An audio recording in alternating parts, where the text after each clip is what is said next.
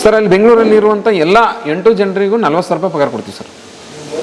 ತಿಂಗಳಿಗೆ 40,000 ರೂಪಾಯಿ ಕೊಡ್ತೀವಿ. 1 ಎಕರೆ ನಾವು ಕಬ್ಬು ಬೆಳೆದಾಗ 1,00,000 ರೂಪಾಯಿ ಉಳಿಯುತ್ತೆ.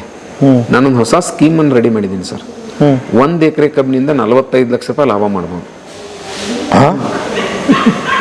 45 ಲಕ್ಷ? ಹೌದು, ನಿಜ ಸರ್. ನೀವು ಇನ್ನೊಂಚೂರು ಪ್ರಯತ್ನ ಮಾಡಿದ್ರೆ 60 ಲಕ್ಷ ಬರುತ್ತೆ. ಹೆಂಗೆ ಸರ್? ನೀವೆಲ್ಲ ಕೆಲ್ಸಕ್ಕೆ ಹೋಗಿದ್ರೆ ಹೆಚ್ಚು ಕಡಿಮೆ ಮ್ಯಾಕ್ಸಿಮಮ್ಮೇ ಇಟ್ಕೊಂಡ್ಬಿಡೋಣ, 1-1.5-2 ಲಕ್ಷ ಸಿಕ್ತಿತ್ತನೋ ಗೊತ್ತಿಲ್ಲ ನನಗೆ. ಈಗ ಎಷ್ಟು ದುಡಿತಾ ಇದ್ರಿ ಸರ್? ಇವತ್ತು ನಮ್ಮ ಕಂಪ್ನಿ ವಹಿವಾಟು ಬಂದು 1 ವರ್ಷಕ್ಕೆ 8 ಕೋಟಿ ದಾಟಿದೆ ಸರ್. 8 ಕೋಟಿ? ಹಾಂ ಸರ್. ಬರ್ರಿ ಬೀಗ್ರ, ಊಟ ಮಾಡೋಣ. ಬಾಳ್ ಮಂದಾಗ್ಲಿ ತಗೋರಿ. ನಿಮ್ಮ ಬಾಯ ಅರಿಕೆಯಿಂದ ಹಂಗ ಆಗ್ಲೇವಾ? ಅಂದರೆ ನೀವು ನಾನು ಮಾಡಲ್ಲ ಅಂತ ಹೇಳೋದ್ರ ಹಿಂದೆ ನನಗೆ ಬೇರೆ ಕೆಲಸ ಇದೆ, ಅದು ನಂದಲ್ಲ, ಅವರಿಗೆ ಇಟ್ಕೊಂಡು ಕಳ್ಸೋಣ, ಅಥವಾ ನಿಮಗೆ ಜ್ಞಾನ ಆಗೋದು ಹೇಗೆ, ಅಥವಾ ಅವ್ರು ಸರಿ ದಾರಿಗೆ ತರ್ತಾರೋ ತಪ್ಪು ದಾರಿಗೆ ತರ್ತಾರೋ ಗೊತ್ತಿಲ್ಲ, ಎಲ್ಲವನ್ನು ಹೇಗೆ? ನಾನು ಪ್ರತಿದಿನ ಸಾಯಂಕಾಲ ಕೇಳ್ತೀನಿ, ನಾನು ಕೆಲಸ ಕೊಟ್ಟಿರ್ತೀನಿ, ನೀನು ಯಾವ ರಾಜ್ಯದಿಂದ ಮಾರ್ಕೆಟನ್ನು ಕ್ರಿಯೇಟ್ ಮಾಡ್ತಾ ಇದ್ದೀಯಾ, ಅಲ್ಲಿ ಏನು ರೇಟಿಗೆ ನನ್ನ ಮೆಟೀರಿಯಲ್ ಹೊರಟಿದೆ, ನಂದು ಈ ರೇಟಿಗೆ ನಾನು ತಯಾರಾಗ್ತಾ ಇದೆ, ನನಗೆ ಈ ರಾಜ್ಯಕ್ಕೆ ಕಳಿಸೋದಕ್ಕಿಂತ ಈ ರಾಜ್ಯಕ್ಕೆ ಕಳಿಸಿದ್ರೆ ಏನು ಬೆನಿಫಿಟ್ ಇದೆ, ಅದನ್ನು ಸಾಯಂಕಾಲ ಕೂತ್ಕೊಂಡು ನಾನು ಡಾಟಾ ತೊಗೋತೀನಿ ಸರ್. ಅದು ನನಗೆ ಅವ್ನ ವರ್ಕ್ ಸರಿ ಅನಿಸ್ಲಿಲ್ಲ, ಆ ರಾಜ್ಯದಿಂದ ನನಗೆ ಮಾರ್ಕೆಟ್ ಬರಲಿಲ್ಲ ಅಂತಂದ್ರೆ ಅವ್ನು ರಿಜೆಕ್ಟ್ ಮಾಡ್ತೀನಿ.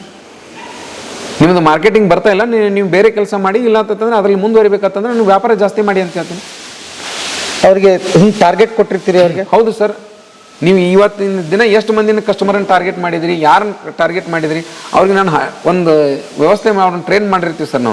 ನೀವು ಯಾರನ್ನು ಟಾರ್ಗೆಟ್ ಮಾಡಬೇಕು, ಸಕ್ಕರೆ ಕಾಯಿಲೆ ಇದ್ದವ್ರನ್ನ ಹೆಂಗೆ ಟಾರ್ಗೆಟ್ ಮಾಡಬೇಕು, ಅವ್ರಿಗೆ ಎಂಥ ಆಹಾರ, ಉತ್ತಮ ಆಹಾರ ನೀವು ಕೊಡ್ತೀರಿ.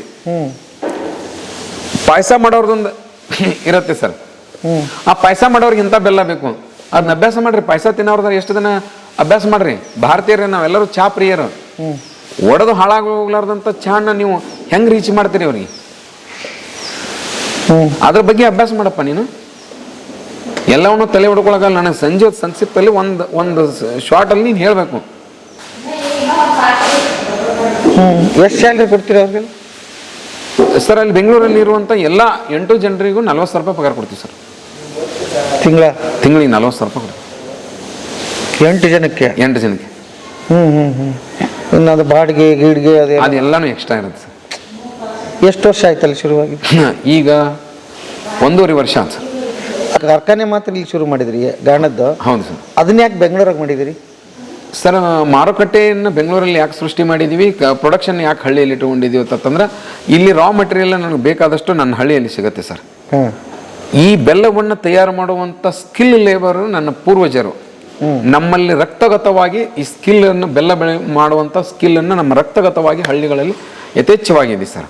ಅದಕ್ಕಾಗಿ ನಮ್ಮವರು ನಾವು ಎಲ್ಲ ಬೆಲ್ಲ ತಯಾರು ಮಾಡ್ತೀವಿ. ಈ ಹಳ್ಳಿಯಲ್ಲಿ ತಯಾರಾದಂಥ ಬೆಲ್ಲವನ್ನು ಆರೋಗ್ಯವಂತ ಸಮಾಜಕ್ಕಾಗಿ ಆರೋಗ್ಯ ಇರುವಂಥ ಬೆಲ್ಲವನ್ನು ಕೊಡ್ತೀವಿ ಸರ್. ಅದಕ್ಕಾಗಿ ಎಲ್ಲಿ ಮಾರುಕಟ್ಟೆ ಇದೆ ಸರ್, ಅಲ್ಲೇ ಎಲ್ಲರಿಗೂ ಸರಿಯಾಗಿ ಸಿಗುವಂಥ ಇವತ್ತು ಜೆಪ್ಟೋ, ಜೊಮ್ಯಾಟೊ, ಸ್ವಿಗ್ಗಿ, ಬ್ಲಿಂಕಿಟ್ ಎಲ್ಲ ಆನ್ಲೈನ್ ಪ್ಲಾಟ್ಫಾರ್ಮ್ಗಳಲ್ಲಿ ನಮ್ಮ ಬೆಲ್ಲ ಸಿಗೋಂಗೆ ಮಾಡಿದ್ದೀವಿ ಸರ್ ಬೆಂಗಳೂರಲ್ಲಿ. ಹೌದು ಸರ್. ಅಲ್ಲಿ ಆ ವ್ಯವಸ್ಥೆ ಇರೋದಕ್ಕೆ ಅಲ್ಲಿಗೆ ಹೋಗಿದ್ದೀರಿ? ಅಲ್ಲಿ ಒಂದು ಕಾರ್ಪೊರೇಟ್ ಆಫೀಸ್ ಮಾಡಿದ್ದೀವಿ ಸರ್. ಈ ಪ್ರೊಡಕ್ಷನ್ ಪ್ಲಾಂಟ್ ಸರ್. ಪ್ರೊಡಕ್ಷನ್ ಪ್ಲಾಂಟಲ್ಲಿ ನಾನು ಇರ್ತೀನಿ. ನಾನು ಯಾವುದಾದ್ರೂ ಒಂದು ಫಂಕ್ಷನ್ ಐತಿ, ರಸ್ತೆ ಮೇಲೆ ಬೆಲ್ಲ ಮಾರೋದು, ನಾನು ಹೋಗಿದ್ವಿ ಆರಾಮಾಗಿ ಪ್ರೀತಿಯಿಂದ ಸರ್. ಅದು ನನ್ನ ಪ್ರೀತಿಯ ಹುಮ್ಮಸ್ಸಿನಿಂದ ಹೋಗಿ ಒಂದು ಚಾಪೆಯನ್ನು ಹಾಸ್ಕೊಂಡ್ಬಿಟ್ಟು ಬೆಲ್ಲ ಮಾರ್ತೀನಿ. ಹಾಂ ಸರ್, ಇವತ್ತಿಗೆ ರೀ ಆ ಖುಷಿ ಇದೆ ನನಗೆ. ಓಕೆ. ಇವತ್ತು ರೈತ ಕಾರ್ಖಾನೆಗೆ 3 ರೂಪಾಯಿ 30 ಪೈಸೆಗೆ 1 kg ಕಬ್ಬನ್ನು ಮಾರ್ತಾನೆ ಸರ್. 3 ರೂಪಾಯಿ 30 ಪೈಸೆ ಅಂದರೆ 1 ಟನ್ ಕಬ್ಬಿಗೆ 3,300 ರೂಪಾಯಿ. 1 ಟನ್ ಕಬ್ಬಿಗೆ 1 ಎಕರೆ ನಾವು ಕಬ್ಬು ಬೆಳೆದಾಗ 1,00,000 ರೂಪಾಯಿ ಉಳಿಯುತ್ತೆ. ನಾನೊಂದು ಹೊಸ ಸ್ಕೀಮನ್ನು ರೆಡಿ ಮಾಡಿದ್ದೀನಿ ಸರ್. 1 ಎಕರೆ ಕಬ್ಬಿನಿಂದ 45 ಲಕ್ಷ ರೂಪಾಯಿ ಲಾಭ ಮಾಡ್ಬೋದು. 45 ಲಕ್ಷ? ಹೌದು, ನಿಜ ಸರ್. ನೀವು ಇನ್ನೊಂಚೂರು ಪ್ರಯತ್ನ ಮಾಡಿದ್ರೆ 60 ಲಕ್ಷ ಬರುತ್ತೆ. ಹೆಂಗೆ ಸರ್? ಸಿಂಪಲ್ ಇದೆ ಸರ್. 1 kg ಕಬ್ಬನ್ನು ನೀವು ಕ್ರಷ್ ಮಾಡಿದರೆ, ನೀವು ಇದೇ ತಾನೇ ಜ್ಯೂಸ್ ಕುಡಿದ್ರಿ, ಚೆನ್ನಾಗಿತ್ತು ಸರ್. ಅಂಥದ್ದು 3 ಕಪ್ ಹಾಲು ಬರುತ್ತೆ 1 kg ಕಬ್ಬಲ್ಲಿ. ನೀವು ಬಜಾರಲ್ಲಿ 20 ರೂಪಾಯಿಗೆ ಒಂದು ಕಪ್ ಕುಡಿತೀರಿ ಸರ್, ಮಾರ್ಕೆಟಲ್ಲಿ ಇಷ್ಟು ಶುದ್ಧವಾಗಿರಲ್ಲ. ಅಂದ್ರೆ 60 ರೂಪಾಯಿ ಆಯ್ತು ಸರ್ 1 kg ಕಬ್ಬಿಗೆ. 1 ಟನ್ಗೆ ವೇಸ್ಟ್ ಆಯ್ತು ಸರ್ 60,000 ರೂಪಾಯಿ ಆಯ್ತು. 1 ಟನ್ ಕಬ್ಬಿಗೆ 60,000 ರೂಪಾಯಿ ಆಯ್ತು ಸರ್. 50 ಟನ್ ಕಬ್ಬಿಗೆ ಎಷ್ಟಾಯ್ತು ಸರ್? 30 ಲಕ್ಷ ಆಯ್ತು ಸರ್. ನೀವು 60-70 ಟನ್ ಬೆಳೆದ್ರೆ ಆತಲ್ಲ ಸರ್ 40 ಲಕ್ಷ. ಸಿಂಪಲ್. ಇದಕ್ಕೆ ಸಿ ಏನು ಬೇಕಾಗಿಲ್ಲ ಸರ್, ಕಾರ್ಪೊರೇಟ್ ಆಫೀಸು ಬೇಕಾಗಿಲ್ಲ. ಅದನ್ನ ಯಾಕೆ ಮಾಡಕ್ಕೆ ತಯಾರಿಲ್ಲ ಸರ್? ಟಾಟಾದವನು ಬಾಟಾ ಅಂತ ಚಪ್ಪಲಿ ಮಾರ್ತಾ ಇದ್ದಾನೆ, ರಿಲಯನ್ಸ್ದವರು ರಿಲಯನ್ಸ್ ಫ್ರೆಶ್ ಅಂತ ವೆಜಿಟೇಬಲ್ ಮಾರ್ತಾ ಇದ್ದಾರೆ. ಅಂಥವರೆಲ್ಲ ಕೆಳಮಟ್ಟಕ್ಕೆ ಬಂದು ಮಾರಿದಾಗ ರೈತ ನಾನು ನಮ್ಮ ತೋಟದಲ್ಲಿ ಬೆಳೆದ ಕಬ್ಬನ್ನು ಜ್ಯೂಸ್ ಮಾಡಿ ಮಾರಲಿಕ್ಕೆ ಎಷ್ಟೋ ಜನ ಅಂತಾರೆ, ನಂದು 10 ಎಕರೆ ಕಬ್ಬದ್ದು ನಾವು ಮಾರ್ಕೋತ ಹೋದ್ರೆ ಎಷ್ಟು ವರ್ಷ ಮಾರ್ಬೋದು. ಪುಣ್ಯಾತ್ಮಗಳ್ರ 10 ಎಕರೆ ಕಬ್ಬೆಲ್ಲ ಒಮ್ಮೆ ಹಚ್ಚಬೇಡ್ರಿ, ಇವತ್ತು 4 ಸಾಲ ಹಚ್ಚ್ರಿ, ನಾಳೆ 4 ಸಾಲ ಹಚ್ಚ್ರಿ, 365 ದಿನ ಆ ಕಬ್ಬು ಸಫಿಷಿಯೆಂಟ್ ಬರುವಂಗೆ ನಾಟಿ ಮಾಡಿರಿ, ಅದನ್ನು ಕಟ್ ಮಾಡಿರಿ, ನಿತ್ಕೊಂಡು ಚೆನ್ನಾಗಿ ಜ್ಯೂಸನ್ನು ಮಾರ್ರಿ. ನಿಮ್ಮಲ್ಲಿ ಪ್ರತಿದಿನ ಲಕ್ಷಗಂದು ಬೆಳೆದ್ರಿ, ಯಾರಿಗೂ ಕಮೆಂಟ್ ಮಾಡೋದಲ್ಲ. ಅದು ಒಂದು ಎಕರೆದಲ್ಲಿ 30ರಿಂದ 40 ಲಕ್ಷ ಗಳಿಸ್ಬೋದು ಸರ್. ಅಂದ್ರೆ ಈಗ ಬರೀ ರೈತ ಆಗಿ ಉಳಿದ್ರೆ ಪ್ರಯೋಜನ ಇಲ್ಲ, ಅವನು ಉದ್ಯಮದಾರ ಆಗ್ಬೇಕು ರೈತ ಉದ್ಯಮಿ ಆಗ್ಬೇಕು ಅಂದಾಗ ಮಾತ್ರ ಸಾಧ್ಯತೆ ಸರ್. ಸರ್ ಇವತ್ತು ITBT ಎಲ್ಲ 14 ತಾಸು ಕೆಲಸ ಮಾಡ್ರಿ, 12 ತಾಸು ಕೆಲಸ ಮಾಡ್ರಿ ಅಂತಾರೆ ಸರ್. ಈಗ ಮುಂಜಾನೆ 8ಕ್ಕೆ ಬೆಂಗಳೂರಾಗಿ ಎದ್ದು ಆಫೀಸ್ 8 ಗಂಟೆಗೆ ತಲುಪಬೇಕಂದ್ರೆ ಇವ್ರು 6 ಗಂಟೆಗೆ ಮನೆ ಬಿಡ್ಬೇಕು ಸರ್.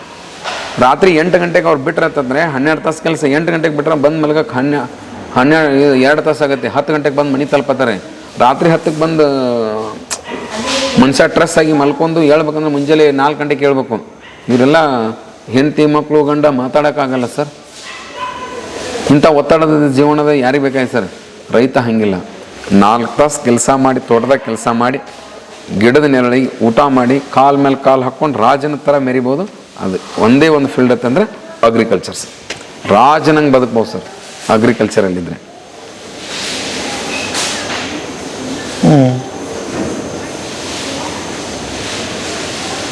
ಓಕೆ. ಅಲ್ಲಿಂದನೇ ಹೋಗುತ್ತಾ ಬೆಲ್ಲ? ಇಲ್ಲಿಂದನೇ ಹೋಗುತ್ತಾ ಅವ್ರು ಆರ್ಡರ್ ಮಾಡಿದ್ದು? ಇಲ್ಲ ಸರ್, ಇಲ್ಲಿಂದ ನಮ್ದು ಮಾದನಾಯಕನಹಳ್ಳಿ ಒಳಗೆ ಒಂದು ಗೋಡೌನ್ ಇದೆ ಸರ್. ಹಾಂ ಸರ್. ಓಕೆ. ಅಲ್ಲಿ ಕಾರ್ಪೊರೇಟ್ ಆಫೀಸ್ ಬುಲ್ ಟೆಂಪಲ್ ರೋಡಲ್ಲಿ ಇದ್ದೀರಿ. ಮಾದನಾಯಕನಹಳ್ಳಿ ಒಳಗೆ ನಮ್ದು ಗೋಡೌನ್ ಇದೆ. ಆ ಗೋಡೌನದಿಂದ ಎಲ್ಲ ಆನ್ಲೈನ್ ಪ್ಲಾಟ್ಫಾರ್ಮ್ಗಳಿಗೆ ಸಪ್ಲೈ ಆಗುತ್ತೆ ಸರ್. ಇಲ್ಲಿಂದ ಮಾಡಿ ಅಲ್ಲಿ ಕಳಿಸ್ತಾರೆ? ಹೌದು ಸರ್. ಓಕೆ. ಡೈಲಿ ಅಷ್ಟು ಟನ್ ಅಲ್ಲಿಗೆ ಹೋಗುತ್ತೆ? ಹೋಗುತ್ತೆ ಸರ್. ಈಗ ತೋರಿಸಿದ್ರು ಅಷ್ಟು ಬೆಲ್ಲ, ಅಷ್ಟು ಪ್ಯಾಕೆಟ್ಗಳು ಹೋಗುತ್ತೆ ಸರ್.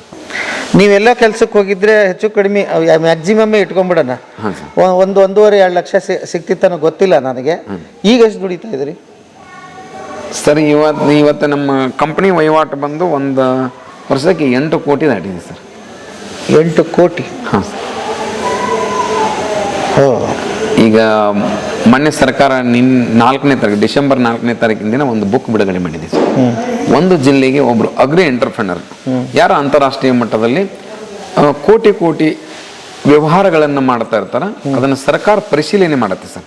ಯಾಕೆ ಸರ್ಕಾರ ಅಧೀನದೊಳಗೆ ಇದು ವ್ಯವಹಾರ ನಡೀತಿರುತ್ತೆ, GST ಕಟ್ತಿರ್ತೀವಿ, ಎಲ್ಲ ಕಟ್ತೀವಿ. ಅಂಥವ್ರದ್ದೊಂದು ಬುಕ್ ಬಿಡುಗಡೆ ಮಾಡಿದೆ ಸರ್ ಸರ್ಕಾರ. ಆ ಬುಕ್ಕಲ್ಲಿ ಬಾಗಲಕೋಟೆ ಜಿಲ್ಲೆಯಿಂದ ನಮ್ಮ ಕುಟುಂಬ ಮತ್ತು ನಮ್ಮ ಕಂಪನಿ ಹೆಸರನ್ನು ಸೇರಿ ಸರ್ಕಾರ ಒಂದು ಬುಕ್ ಬಿಡುಗಡೆ ಮಾಡಿ ನಿಮ್ಗೆ ತೋರಿಸ್ತೀನಿ ಸರ್. ಬೆಳೆಯಿಂದ ಬ್ರ್ಯಾಂಡ್ ಅಂತ ಸರ್. ಬಟ್ ನಾನು ನೋಡಿದ್ದೀನಿ ಉದ್ಯಮದಾರನ ಒಂದಿಷ್ಟು ವರ್ಷಗಳು ಬೇಕು ಸರ್. ಶತಕದ ಅಂಚಿಗೆ ಬಂದಾಗ ಎಲ್ಲವೂ ಹೆಸರು ಮಾಡುತ್ತೆ, ಎಲ್ಲ ಮಾಡುತ್ತೆ. ನಿಮ್ಮದು ಗಮನಿಸ್ತಾ ಇದ್ದರೆ ಭಾಳ ಕಡಿಮೆ ಟೈಮಲ್ಲಿ ನೀವು ಅಚೀವ್ಮೆಂಟ್ ಮಾಡಿದಿರಿ. ಒಂಥರ ಮ್ಯಾಜಿಕ್ ಥರ, ಯಾರು ಹೇಳಿದ್ರೆ ನಂಬಲಾಗದಷ್ಟು. ಸರ್ ಇದರಲ್ಲಿ ಭಾಳ ಸಿಂಪಲ್ ಇದೆ ಸರ್. ನೀವು ಭಾಳಷ್ಟು ಕಂಪ್ನಿಗಳಿಗೆ ಒಂದು ನೀವು ಸಿಮೆಂಟ್ ಕಂಪ್ನಿ ತಂದ್ರೆ ಸಾವಿರಾರು ಮಂದಿ ಸಾಮ್ರಾಜ್ಯ ಕಟ್ಟಿದ ಸಿಮೆಂಟ್ ಕಂಪ್ನಿಗಳದವ್ರೆ, ಅವರನ್ನು ಮೀರ್ಸಕ್ಕೆ ನಿಮಗೆ ಕಷ್ಟ ಆಗುತ್ತೆ. ಅನೇಕ ಸೋಪುಗಳನ್ನು ಬಂದರೆ ಸಾವಿರಾರು ಸೋಪ್ ಕಂಪ್ನಿಗಳದಾವ, ಅವರನ್ನು ಮುಟ್ಟಕ್ಕೆ ಕಷ್ಟ ಆಗುತ್ತೆ, ಅವಾಗ ಕಂಪ್ನಿ ಸೋತು ಹೋಗುತ್ತೆ. ಶ್ಯಾಂಪುಗಳನ್ನು ತೊಗೊಂಡ್ರೆ ಅಲ್ಲಿಯೂ ಸಾವಿರಾರು ಕಂಪ್ನಿಗಳು ಬಂದಾವೆ. ಮ್ಯಾಗಿ ತೊಗೊಂಡ್ರೆ ಸಾವಿರಾರು ಬಂದಿದ್ದಾವೆ. ನೀವು ಚಿಪ್ಸ್ ತೊಗೊಂಡ್ರೆ ಸಾವಿರಾರು ಕಂಪ್ನಿಗಳು ಬಂದಿದ್ದಾವೆ. ಬಟ್ ಬೆಲ್ಲ ಅಂತ ಬಂದಾಗ ಯಾವುದಿದೆ ರೀ ಭಾರತ ದೇಶದಲ್ಲಿ? ಇಲ್ಲ, ಇದು ಭಾರತದ ನಂಬರ್ 1 ಬ್ರ್ಯಾಂಡ್ ಬೆಲ್ಲ ಅಂತ ಏನಾದರೂ ಕೇಳಿದಿರಾ ಸರ್ ನೀವು? ಇಲ್ಲ. ಸ್ಥಳೀಯ ಕಿರಾಣಿ ಅಂಗಡಿಗಳಲ್ಲಿ ಸಾಕಷ್ಟು ಬೆಲ್ಲದ ಕಂಪ್ನಿಗಳು ಬರ್ತವೆ. ಇವತ್ತು ಬರ್ತವೆ, ನಾಳೆ ಹೋಗ್ತವೆ, ಇಂದು ಬರ್ತವೆ, ನಾಡದು ಬರ್ತವೆ, ಎಲ್ಲ ಇದೆ. ನಿಮಗೆ ರಾಷ್ಟ್ರ ಮಟ್ಟದಲ್ಲಿ ಇದೊಂದು ಬೆಲ್ಲದ ಬ್ರ್ಯಾಂಡ್ ಇದೆ, ಯಾವ್ದಾದ್ರು ಬ್ರ್ಯಾಂಡ್ ಇದೆಯಾ ಸರ್? ಇಲ್ಲ ಸರ್. ಯಾವಾಗಿದ್ರೂ ರೈತ ಯಾವುದರಲ್ಲಿ ಅವಕಾಶ ಇದೆ ಅದನ್ನು ಹುಡುಕಿ ಅದರಲ್ಲಿ ಹೋಗ್ಬೇಕು ಅಷ್ಟೇ. ಯಾವುದು ಜಗತ್ತಲ್ಲಿ ಬಟ್ಟೆಯಲ್ಲಿ ತೊಗೊಂಡು ಎಷ್ಟು ಬ್ರ್ಯಾಂಡ್ ಇದಾವೆ ಸರ್? ಈಗ ನಾವು ಬೆಂಗಳೂರಲ್ಲಿ mall of Asia, Mantri mall, Lulu mall ಹೋದರೆ ಸಾವಿರಾರು ಬಟ್ಟೆ ಅಂಗಡಿಗಳು, ಬ್ರ್ಯಾಂಡೆಡ್ ಅಂಗಡಿಗಳು ಸಿಗ್ತಾವೆ. ಸಾವಿರಾರು ವಾಚ್ ಅಂಗಡಿಗಳು, ಸಾವಿರಾರು ಬ್ರ್ಯಾಂಡೆಡ್ ಸಿಗ್ತಾವೆ. ಶೂಸ್ ಸಾವಿರಾರು ಬ್ರ್ಯಾಂಡ್ಗಳು ಸಿಗ್ತಾವೆ. ಎಲ್ಲಾದರೂ ಒಂದು ಬೆಲ್ಲದ ಬ್ರ್ಯಾಂಡೆಡ್ ಅಂಗಡಿ ಶಾಪ್ ನೋಡಿದ್ರೆ ಸರ್ ನೀವು? ಅದಕ್ಕೆ ಸರ್ ಅದನ್ನೇ ನಾನು ಮಾಡ್ತಾ ಇರೋದು. ಅದಕ್ಕೆ ನಮ್ಮದು ಮ್ಯಾಜಿಕ್ ಅನಿಸುತ್ತೆ ಸರ್. ಅಂದರೆ ಎಲ್ಲರೂ ಉದ್ಯಮ ಅಂತ ಅಂದ್ಕೊಂಡ್ರು, ಗಾಣ ಶುರು ಮಾಡಿದರು, ಬಟ್ ಉದ್ಯಮ ಮಾಡಲಿಲ್ಲ. ಹೌದು, ಅವ್ರು ಗಾಣ ಮಾಡಿದ್ರು ಸರ್. ಗಾಣ ಮಾಡಿದ್ರು. ನೀವು ಗಾಣದ ಜೊತೆಗೆ ಉದ್ಯಮನ ಸೇರಿಸಿದ್ರು. ಉದ್ಯಮನ ಸೃಷ್ಟಿ ಮಾಡಿದ್ವಿ ಸರ್. ನಮ್ಮಲ್ಲಿ ಇಲ್ಲಿ ಗಾಣಕ್ಕೆ ಬಂದಾಗ ನಾವು ಎಲ್ಲರೂ ಆದರ ಆತಿಥ್ಯದಿಂದ ನೋಡ್ಕೋತೀವಿ. ದೂರಿಂದ ಪ್ರತಿದಿನ ಒಂದು 10-20 ಕಾರುಗಳು ಬರ್ತವೆ, ಖರೀದಿ ಮಾಡ್ತಾರೆ. ಎಲ್ಲರಿಗೂ ಹಾಲು ಕುಡಿಸ್ತೀವಿ. ಹಸಿದು ಬಂದಿದ್ರೆ ಅಂದರೆ ನಮ್ಮ ಜೊತೆ ಕರ್ಕೊಂಡು ಊಟ ಮಾಡ್ತೀವಿ. ಇವೆಲ್ಲ ರೈತ ಮಾಡಬೇಕಾದ್ರೆ ಕೆಲವೊಂದಿಷ್ಟು ಕರ್ತವ್ಯಗಳು ಸರ್. ಇದನ್ನು ಯಾವ IT-BT ಕಂಪ್ನಿಗಳು ಮಾಡೋಕ್ಕಾಗಲ್ಲ ಸರ್. ಅವ್ರು ನಿಮ್ಗೆ ಕಾಫಿ ಟೀ ನಿಮ್ಮಿಂದ ಬಿಸ್ನೆಸ್ ಬರ್ತಿರ್ತಾರೆ, ಮಾತಾಡ್ಸ್ತಾರೆ, ಇಲ್ಲಾಂದ್ರೆ ಇಲ್ಲ. ರೈತ ಹಂಗಲ್ಲ ಸರ್. ಯಾವುದೇ ರೈತನ ಮನೆಗೆ ಹೋಗ್ರಿ, ನೀವು ಅಲ್ಲಿ ಹೋಗಿ ಕೂತ್ರೆ ಟೀ ಬರುತ್ತೆ, ಊಟ ಮಾಡ್ತೀರಿ ಏನು ರೀತಿ ಕೇಳ್ತಾರೆ. ಇದು ರೈತನ ಗತ್ತು ಸರ್. ಅದಕ್ಕಾಗಿ ರೈತರಾದ್ರೆ ನಾವೆಲ್ಲ ಇಂಥ ಮನೋಭಾವನೆಗಳನ್ನ ಇಟ್ಕೊಂಡು ಬೆಳೆದ್ರೆ ಮತ್ತೆ ತುಂಬ ಬೆಳೆಯೋಕ್ಕೆ ಸಾಧ್ಯ ಇದೆ ಸರ್. ಬಟ್ ಇದಕ್ಕೆಲ್ಲದಕ್ಕೂ ಇನ್ನೊಂದಿಷ್ಟು ನಿಮ್ಮ ಬೆನ್ನೆಲುಬಾಗಿ ನಿಂತಂಥ ನಿಮ್ಮ ಫ್ಯಾಮ್ಲಿ, ನಿಮ್ಮ ಮಿಸಸ್ ಅವ್ರ ಬಗ್ಗೆ ಹೇಳೋದಾದ್ರೆ? ಅವ್ರ ಬಗ್ಗೆ ಹೇಳೋದು ಭಾಳ ಇದೆ ಸರ್. ಯಾಕಂದರೆ 18 ವರ್ಷಗಳ ಕಾಲ ನನ್ನ ಜೊತೆಗೆ ನಮ್ಮ ಮನೆಯವ್ರು ಬೈದರು, ನಮ್ಮ ಮನ್ಯಾಗ ನಮ್ಮ ತಂದೆ ತಾಯಿ ಬೈದರು, ನಾನು ಎಂದೂ ಬಿಟ್ಟುಕೊಟ್ಟಿಲ್ಲ ಸರ್. ನನ್ನ ಪರವಾಗಿ ನನ್ನ ಬೆನ್ನಿಗೆ ನಿಂತವಳು ನನ್ನ ಹೆಂಡತಿ ಸರ್. ಪ್ರತಿಯೊಂದು ಸೋಲಿನಲ್ಲೂ ಪ್ರತಿಯೊಂದು ಗೆಲುವಿನಲ್ಲಿಯೂ ನನ್ನ ಹೆಂಡತಿ ನನ್ನ ಜೊತೆಗೆ ನಿಂತ್ಕೊಂಡು, ಅವಳಿಗೆ ಒಂದೇ ಮಾತಿನಲ್ಲಿ ಹೇಳಬೇಕಂದ್ರೆ ಅವಳು ನನ್ನ ಪಾಲಿಗೆ ಅನ್ನ ಹಾಕಿದ ಅನ್ನಪೂರ್ಣೇಶ್ವರಿ. ಯಾಕಂದರೆ ಈ ನಾನು ಆಲೆ ಮನೆ ಹಾಕ್ಬೇಕಂದ್ರೆ ಎಲ್ಲರೂ ಬೇಡ ಅಂದರೆ ಅವಳನ್ನು ಕೇಳಿದೆ, ನಾನು ಹಾಕೊಂಡು ಏನು ಮಾಡೋದು, ನಿನಗೆ ಸರಿ ಅನಿಸ್ತಿತ್ತಂದ್ರೆ ನಾವು ಮಾಡೋಣ ಅಂತಂದು. ನಾನು ಹೊರಗಡೆ ಹೋದರೆ ಪ್ಲ್ಯಾಂಟನ್ನು ಗಟ್ಟಿಗಿತ್ತಿ ಅಂತ ನಿಂತ್ಕೊಂಡು ನೋಡಿದವಳು ನಮ್ಮ ಧರ್ಮಪತ್ನಿ. ಅವಳ ಪಾಲ ಭಾಳ ದೊಡ್ಡದಿದೆ ಸರ್.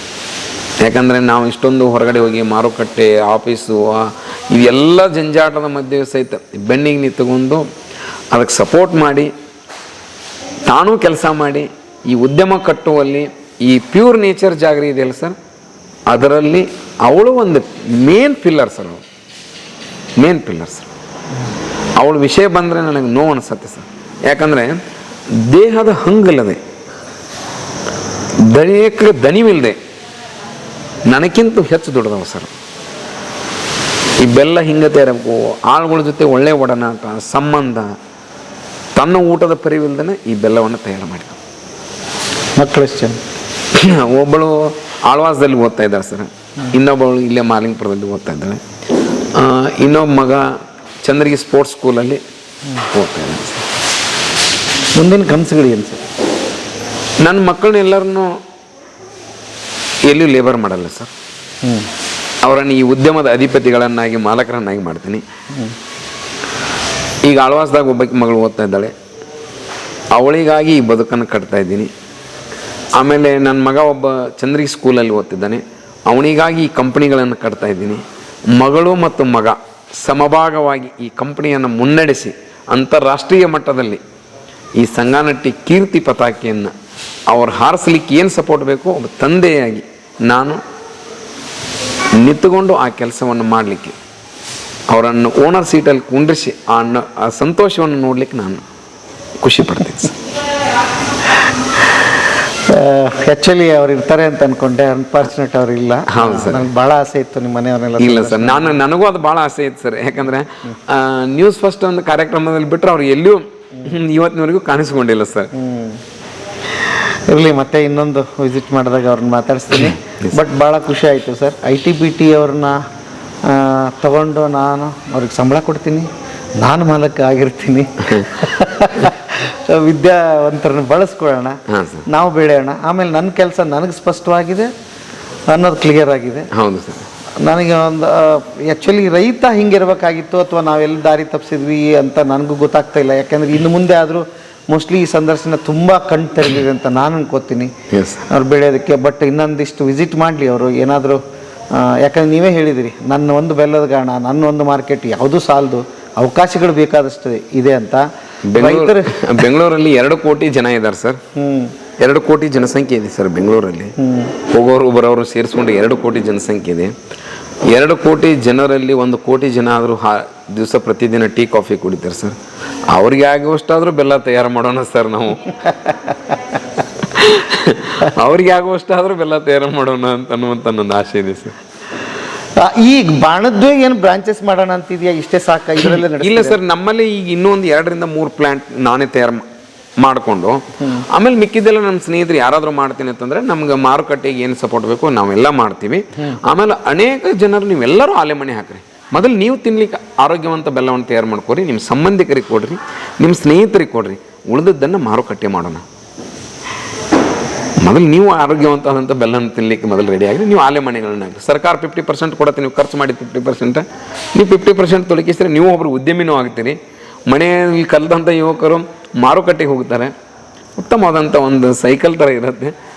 ಅದಕ್ಕಾಗಿ ಅದರಲ್ಲಿ ಎಲ್ಲರೂ ಪಾಲ್ಗೊಂಡು ಎಲ್ಲರೂ ಬೆಲ್ಲ ತಯಾರು ಮಾಡಿ ಈ ಸಮೃದ್ಧವಾದಂಥ ನಾಡಿಗೆ ಕೊಡೋಣ. ಇಲ್ಲಿ ಎಷ್ಟೇ ಜನ ನೀವು ಆಲೆ ಮನೆ ಹಾಕಿದ್ರು ನನಗೆ ಕಾಂಪಿಟೇಷನ್ ಆಗಲ್ಲ. ಸಾವಿರ ಆಲೆ ಮನೆಗಳು ಬಂದರೂ ಸಹಿತ ಕರ್ನಾಟಕದಲ್ಲಿ ಬೆಲ್ಲಕ್ಕೆ ಇನ್ನೂ ಕೊರತೆ ಇರುತ್ತೆ ಸರ್. ಆಗಲಿ ಸರ್, ನಿಮ್ಮ 10,000 ರೂಪಾಯಿಗೆ 1 kg ಬೆಲ್ಲ ಬರಲಿ. Yes, sir. ಒಬ್ಬ ರೈತ 10,000 ರೂಪಾಯಿಗೆ ಕೂಡ ನಾನು ಬೆಲ್ಲ ಮಾರಬಲ್ಲೆ ಅನ್ನೋದು ಗೊತ್ತಾಗಲಿ, ಮಾರುಕಟ್ಟೆಗೆ ಗೊತ್ತಾಗಲಿ, ಜಗತ್ತಿಗೆ ಗೊತ್ತಾಗಲಿ. ಸೊ ಮನ್ ಕಿ ಬಾತಲ್ಲಿ ನಿಮ್ಮದು ಯಾವಾಗ ಪ್ರಸಾರ ಆಗುತ್ತೆ ಸರ್? ಇವಾಗ ಮೊನ್ನೆ ನಾವು ಒಂದು ಜೋಳದಿಂದ ಬೆಲ್ಲ ತೆಗೆದೀವಿ ಸರ್. ಇಡೀ ದೇಶದಲ್ಲಿ ಮೊದಲ ಬಾರಿಗೆ ಜೋಳದಿಂದ ಬೆಲ್ಲನೂ ಬರುತ್ತೆ ಅಂತ ಯಾರಿಗೂ ಕನಸು ಇದ್ದಿರಲಿಲ್ಲ ಸರ್. ಅದನ್ನ ತೆಗೆದು ತೋರಿಸಿದ ಮೇಲೆ ಆ ಮನ್ ಕಿ ಬಾತ್ ಟೀಮ್ದವರು ಬಂದು ಎಲ್ಲ ವಿಡಿಯೋಗಳನ್ನು ಮಾಡಿಕೊಂಡು ಎಲ್ಲ ಸಂದರ್ಶನ ತೆಗೆದುಕೊಂಡು ಹೋಗಿದ್ದಾರೆ ಸರ್. ಅದು ಎಂದು ಬರುತ್ತೆ ಅವತ್ತು ಅವರು ಇನ್ಫಾರ್ಮೇಷನ್ ಮಾಡಿದ್ದೀರ. ನಾನು ಇನ್ಸ್ಟಾಗ್ರಾಮ್ ಮುಖಾಂತರ ಅಥವಾ ನಿಮ್ಮ ಮುಖಾಂತರ ಜನರಿಗೆ ತಿಳಿಪಡಿಸುವಂಥ ಕೆಲಸವನ್ನು ಮಾಡ್ತೀನಿ ಸರ್. ಅದು ಹೇಗೆ ಜೋಳದಿಂದ ಅದೇ ಏನು ಸಕ್ಸಸ್ ಆಯ್ತಾ? ಏನು ಸಕ್ಸಸ್ ಆಯಿತು ಸರ್ ಅದು. ಬಟ್ ಮಾರ್ಕೆಟಿಗೆ ವಯಬಲ್ ಆಗಲ್ಲ ಸರ್, ತುಂಬ ಕಾಸ್ಟ್ ಜಾಸ್ತಿ ಆಗುತ್ತೆ. ಈಗ ಏನಂತಂದ್ರೆ ಅದನ್ನ ಯಾರ ಅಂತ ಬೆಲ್ಲ ಮಾಡ್ಕೋಬೋದು ಅಂದ್ರೆ ಸರ್, ಈಗೆಲ್ಲ ನಾವು ಬೆಲ್ಲದ ಗಾಣಗಳನ್ನು ನೋಡ್ತಾ ಇದ್ವಿ. ಎಲ್ಲಿ ನೋಡ್ತೀವಿ? ಕಬ್ಬು ಬೆಳೆಯುವ ನಾಡಿನಲ್ಲಿ ನೋಡ್ತಿದ್ವಿ. ಈಗ ಹಾವೇರಿ ಇರ್ಬೋದು, ಕೊಪ್ಪಳ ಇರ್ಬೋದು, ಗದಗ ಇರ್ಬೋದು, ಆ ಭಾಗೆಲ್ಲ ನರಗುಂದ, ನವಲ್ಗುಂದ, ಇಲ್ಲೆಲ್ಲ ಲ್ಯಾಂಡ್ಲಾರ್ಡ್ಸ್ ಫಾರ್ಮರ್ಸ್ ಇದ್ದಾರೆ ಸರ್. 50 ಎಕರೆ 100 ಎಕರೆ ಭೂಮಿಗಳನ್ನು ಹೊಂದಿದ್ದಾರೆ. ಅವರು ಸಹಿತ ಈ ಜೋಳದಿಂದ ಬೆಲ್ಲ ತೆಗೆದ್ರಿಂದ ನಾವು ಒಂದು ಆಲೆ ಮನೆ ಹಾಕೊಂಡು ನಮ್ಮ ಮನೆಗೆ ಬೇಕಾಗ್ಬಿಟ್ಟು 50 ಎಕರೆ ಜೋಳದ ಕಡ್ಡಿ ಇದೆ, ನಾವು ಬೆಲ್ಲ ತೆಗೆದು ನಮ್ಮ ಮನೆಗಾದ್ರೂ ಬೆಲ್ಲದ ಮಾಡ್ಕೊಳ್ಳೋಣ ಅನ್ನುವಂಥ ಭಾವನೆ ಬರಲಿ. ಇನ್ನು ಜೋಳದ ನಾಡಿನಲ್ಲಿ ಸಹಿತ ಆಲೆ ಮನೆಗಳು ತಯಾರಾಗುವಂಥ ಕಾಲ ಸನ್ನಿಹಿತವಾಗಿದೆ ಸರ್. ಅದನ್ನ ನೀವು ಪ್ರಯೋಗ ಮಾಡಿದ್ರಿ, ಬಟ್ ಆಯ್ತಾ ಸರ್? ಪ್ರಯೋಗ ಮಾಡಿದ ಅಷ್ಟೇ ಅಲ್ಲ ಸರ್, ಕೃಷಿ ವಿಜ್ಞಾನ ಕೇಂದ್ರದ ಎಲ್ಲ ವಿಜ್ಞಾನಿಗಳನ್ನ, ಕೃಷಿ ವಿಜ್ಞಾನ ಕೇಂದ್ರದ ವಿಜ್ಞಾನಿಗಳನ್ನ, ಆಮೇಲೆ ಎಲ್ಲ ಮೀಡಿಯಾಗಳನ್ನ, ಎಲ್ಲ ಕೃಷಿ ತಜ್ಞರನ್ನ, ಎಲ್ಲ ನನ್ನ ಸ್ನೇಹಿತರನ್ನ ಕರೆದು ಲೈವ್ ಆಗಿ ಜೋಳದ ಬೆಲ್ಲನ ತಯಾರು ಮಾಡಿ ನಾಡಿಗೆ ಪ್ರಸ್ತುತಪಡಿಸಿದೆ ಸರ್. ಸೇಮ್ ಇತ್ತು ಅದರಲ್ಲಿ ಅತಿ ಹೆಚ್ಚು ದೇಹಕ್ಕೆ ಬೇಕಾಗುವಂಥ ಪೋಷಕಾಂಶಗಳು ಈ ಕಬ್ಬಿನ ಬೆಲ್ಲದಕ್ಕಿಂತ ಅದರಲ್ಲಿ ಜಾಸ್ತಿ ಇದ್ದಾವೆ ಸರ್. ಅದು ಬಟ್ ರೇಟ್ನಲ್ಲಿ ಅದು 300 ರೂಪಾಯಿ ಕೆಜಿಗಿಂತೂ ಜಾಸ್ತಿ ಬರುತ್ತೆ ಸರ್ ಖರ್ಚು. ಹೀಗಾಗಿ ಅದು ಜೋಳ ಬೆಳೆಯುವಂಥ ನಾಡಿನಲ್ಲಿ ಅದನ್ನು ಮಾಡಿದರೆ ತುಂಬ ಚೆನ್ನಾಗಿರುತ್ತೆ ಸರ್. ನಾವು ಟ್ರಯಲ್ಗೆ ಮಾಡಿದವರು, ಸಂಶೋಧನೆಗೆ ಹೊರತು ಸಂಪಾದನೆಗೆ ಅಲ್ಲ ಸರ್. ಓಕೆ. ಸೊ ಮುಂದಿನ ದಿನಗಳಲ್ಲಿ ಸಕ್ಕರೆ ಇದು ಶೇಕ್ ಆಗುತ್ತೆ ಹಂಗಾರೆ? ಆಗತ್ತೆ ಸರ್, ಎಲ್ಲರೂ ಬೆಲ್ಲಕ್ಕೆ ಬಂದರೆ ಆಗತ್ತೆ ಸರ್. ಆಗಲಿ ಬರಲಿ ಸರ್, ಬರಲಿ. ಭಾಳ ಮುಖ್ಯವಾಗಿ ಒಂದಿಷ್ಟು ಉದ್ಯಮ ಶುರು ಆಗಲಿ. ಆಮೇಲೆ ಭಾಳ ನಿರುದ್ಯೋಗ ಸಮಸ್ಯೆ ಇದೆ ಸರ್. ಹೌದು ಸರ್, ತುಂಬ ಇದೆ. ಎಲ್ಲಿ ಕಾಲ್ಫರ್ ಮಾಡಿ ಕೂತ್ಕೋತಾರೆ, ಏನು ಎಕ್ಸಾಮ್ಗಳು ಬರೀತಾರೆ, ಪಾಪ ವಯಸ್ಸಾಗಿದೆ, ಅಲ್ಲಿವರೆಗೆ ಡಿಗ್ರಿಗಳು ಮುಗಿಸಿರ್ತಾರೆ, ತಂದೆ ತಾಯಿ ಮುಂದೆ ಕೈ ಚಾಚಕ್ಕಾಗಲ್ಲ. ಏನು ಕೆಲಸ ಮಾಡ್ತೀನಿ ಅಂದರೆ ಅವ್ರಿಗೇನು ಸ್ಕಿಲ್ ಕಲಿಸ್ಲೇ ಇಲ್ಲ ನಾವು. ಮೋಸ್ಟ್ಲಿ ಸ್ಕಿಲ್ಲು ಅಥವಾ ಇದು ಯಾವ ಹೊಟ್ಟೆ ಹಸಿವು ಕಲಿಸುತ್ತೇನೋ ಅಂತ ಅನ್ಸುತ್ತೆ ನನಗೆ. ಹೌದು ಸರ್, ಸತ್ಯವಾದ ಮಾತು ಹೇಳಿದ್ರಿ ಸರ್ ನೀವು. ಹೊಟ್ಟೆ ಹಸಿವು ನಿಮಗೆ ಸ್ಕಿಲ್ಲನ್ನು ಕಳಿಸುತ್ತೆ, ನಿಮ್ಮನ್ನು ಉದ್ಯಮಿದಾರನನ್ನು ಮಾಡುತ್ತೆ, ನಿಮ್ಮನ್ನು ಓನರ್ನು ಮಾಡುತ್ತೆ. ಜಗತ್ತಿನ ನಂಬರ್ 1 ರೈತ ಉದ್ಯಮಿಯನ್ನಾಗಿಯೂ ಸಹಿತ ಈಗ ಹೊಟ್ಟೆ ಹಸಿವು ಎಲ್ಲವನ್ನು ಕಲಿಸುತ್ತೆ ಸರ್, ಮಾಡುತ್ತೆ. ಅದು ನಿಜ. ಅದನ್ನ ನಿಮ್ಮನ್ನು ನೋಡಿದಾಗ ಸ್ಪಷ್ಟ ಆಗುತ್ತೆ. ಯಾಕಂದ್ರೆ ಪಂಚರ್ ಹಾಕಿರೋ ಹುಡುಗ ಇವತ್ತೊಂದು ಇಡೀ ಇಂಟರ್ನ್ಯಾಷನಲ್ ನಾನು ತಲುಪ್ತೀನಿ, ನನ್ನ ಪ್ರಾಡಕ್ಟನ್ನು ಅಲ್ಲಿ ಕಳಿಸ್ತೀನಿ, ಡಾಲರ್ ಲೆಕ್ಕದಲ್ಲಿ ನಾನು ದುಡ್ಡು ತಗೋತೀನಿ ಅನ್ನೋದು ಮ್ಯಾಜಿಕ್ ಬರೀ 6 ವರ್ಷ ಆಯ್ತಾ? ಇದು 6 ವರ್ಷ ಆಯ್ತು ಸರ್. 6 ವರ್ಷ ಮುಗೀತು ಸರ್. ಈಗ ಮುಗೀತು, 7ನೇ ವರ್ಷಕ್ಕೆ ಕಾಲಿಡ್ತಾ ಇದ್ದೀವಿ ಸರ್. ಓಕೆ, ಒಳ್ಳೇದಾಗ್ಲಿ ಸರ್, ನಿಮ್ಮ ಜರ್ನಿ ಜೊತೆಗೆ ನಾವು ಇರ್ತೀವಿ. ನಮಗೆ ಈ ಅವಕಾಶವನ್ನು ಮಾಡಿಕೊಟ್ಟಿದ್ದಕ್ಕಾಗಿ ತಮಗೆ ತುಂಬ ಹೃದಯದ ವಂದನೆಗಳು. ತುಂಬಾ ಧನ್ಯವಾದಗಳು ಸರ್. ನಮ್ಮನ್ನ ಎಲ್ಲರಿಗೂ ಪರಿಚಯಿಸ್ತಾ ಇದ್ದೀರಿ. ಅಯ್ಯೋ, ನಿಮ್ಮನ್ನ ಪರಿಚಯ ಮಾಡಿಸೋದು ಆಲ್ರೆಡಿ ಎಲ್ಲ ಆಗಿದ್ದೀರಿ ಸರ್. ನಮಗೊಂದು ಕುತೂಹಲ ಇತ್ತು, ಇವ್ರನ್ನ ಬೇರೆ ಆಂಗಲ್ ಅಲ್ಲಿ ಏನಾದ್ರು ನೋಡಕ್ ಸಾಧ್ಯವಾ, ಹಾಗೆ ಏನು ಅಂದ್ರೆ ಏನಂದ್ರೆ ಸರ್, ಎಲ್ಲಾ ಮೀಡಿಯಾಗಳು ನಾನು ಪಂಚರ್ ತೆಗಿತಿದ್ದೇನೆ ಅಂತ ನಾನು ಹೇಳ್ತಿದ್ರು, ಅವರು ನಂಬಿದ್ರು. ಸ್ವತಃ ಆ ಪಂಚರ್ ಅಂಗಡಿಗೆ ಬಂದು ಆ ಪಂಚರ್ ಅಂಗಡಿಯಲ್ಲಿ ನಿಂದ್ರಿಸಿ ಇಂಟರ್ವ್ಯೂ ಮಾಡಿದ್ದು ಮೊದಲ ವರದಿಗಾರ ಸರ್ ನೀವು. ಇದು ನನಗೆ ಬಹಳ ಖುಷಿ ತಂದುಕೊಟ್ಟ ವಿಚಾರ ಸರ್ ಇವತ್ತಿನ ದಿನ. ಇಲ್ಲ, ಅದನ್ನ ಮಾಡೋ ಪ್ರಯತ್ನ ಮಾಡ್ತೀವಿ. ಯಾಕಂದ್ರೆ ಆತನ ಭಾವನೆಗಳಿಗೆ ಎಷ್ಟು ಕೋಟಿ, ಈಗೇನು ಕೋಟಿ ಇದೆಯಲ್ಲ ಅದು ಬೇರೆ, ಈಗಿನ ಹಣಕಾಸಿನ ಲೆಕ್ಕದ ವ್ಯವಹಾರ ಬೇರೆ, ಅಲ್ಲಿ ಭಾವನೆಗಳು ಬೇರೆ, ಅದ್ರ ಜೊತೆಗೆ ಸಂಬಂಧಗಳು ಬೇರೆ. ಅಲ್ಲಿ ಏನೇನು ಇವತ್ತು ನಿಮ್ಮ ಫ್ರೆಂಡ್ಸ್ನೆಲ್ಲ ನೋಡಿದ್ವಿ, ಅದು ಎಷ್ಟು ಖುಷಿ ವಿಚಾರ. ಅವ್ರು ಎಷ್ಟೋ ಕೋಟಿಗೆ ಬದುಕಿದ್ರು ಕೂಡ ನಿಮ್ಮನ್ನು ಇವತ್ತು ಒಂದು ಎಕ್ಸಾಂಪಲ್ ಆಗಿ ತಗೋತಾರೆ, ಗ್ರೇಟ್ ಅಂತಾರೆ, ಬೆಂಡ್ ತಟ್ತಾರೆ, ಹಿಂದೆ ಇದ್ದಾರೆ. ಇದು ನಿಮ್ಮ ಮತ್ತೆ ಈ ಹಳ್ಳಿ ಹೆಸರು ಅಂತಾರಾಷ್ಟ್ರೀಯ ಮಟ್ಟದಲ್ಲಿ ಬೆಳಗೋದಿದೆಯಲ್ಲ, ದೊಡ್ಡ ವಿಚಾರ ಸರ್. ಅದು ನಮಗಂತೂ ಇನ್ಸ್ಪೈರ್ ಆಯ್ತು. ನಾವು ತುಂಬ ಕಥೆಗಳು, ಸಾವಿರಾರು ಕಥೆಗಳನ್ನ ಕೇಳಿದ್ದೀವಿ. ಬಟ್ ಇಷ್ಟು ಹಾನೆಸ್ಟ್ ಆಗಿ ಕೆಲವೊಬ್ರು ಹೇಳ್ತಾರೆ, ಏನೋ ಒಂದಿಷ್ಟು ವಿಚಾರಣೆ ಒಳಗಿಟ್ಕೋತಾರೆ. ನೀವು ಎಲ್ಲವನ್ನು ಓಪನ್ ಆಗಿ ಹೇಳಿದ್ದೀರಿ. ಅಂದರೆ ನನ್ನ ಶ್ರೇಷ್ಠ ನಾನು ಅಂತಲ್ಲ, ರೈತ ಮನಸ್ಸು ಮಾಡಿದರೆ ಏನು ಬೇಕಾದ್ರೂ ಮಾಡ್ಬೋದು ಅಂತ. ಬಟ್ ಮುಂದೆ ಐ ಹೋಪ್ ಮುಂದಿನ ದಿನಗಳಲ್ಲಿ ಆಗುತ್ತೆ ಅನ್ಕೊಂಡಿವಿ. Yes sir. ನಿಮ್ಮೆಲ್ಲ ಆಶೀರ್ವಾದ, ಆ ಎಲ್ಲ ಕನ್ನಡಿಗರು, ಎಲ್ಲ ರೈತರ ಆಶೀರ್ವಾದ, ನನ್ನಲ್ಲಿ ದುಡಿಯುವಂಥ ಎಲ್ಲ ಕಾರ್ಮಿಕರು ಆಶೀರ್ವಾದ ನನ್ನ ಮೇಲೆ ಇರಲಿ ಅನ್ನೋಂಥದ್ದನ್ನು ನಾನು ಭಗವಂತನಲ್ಲಿ ಸದಾ ನಿಮ್ಮ ಮುಖಾಂತರ ಕೇಳ್ಕೊಳ್ತೀನಿ sir. Thank you sir, thank you.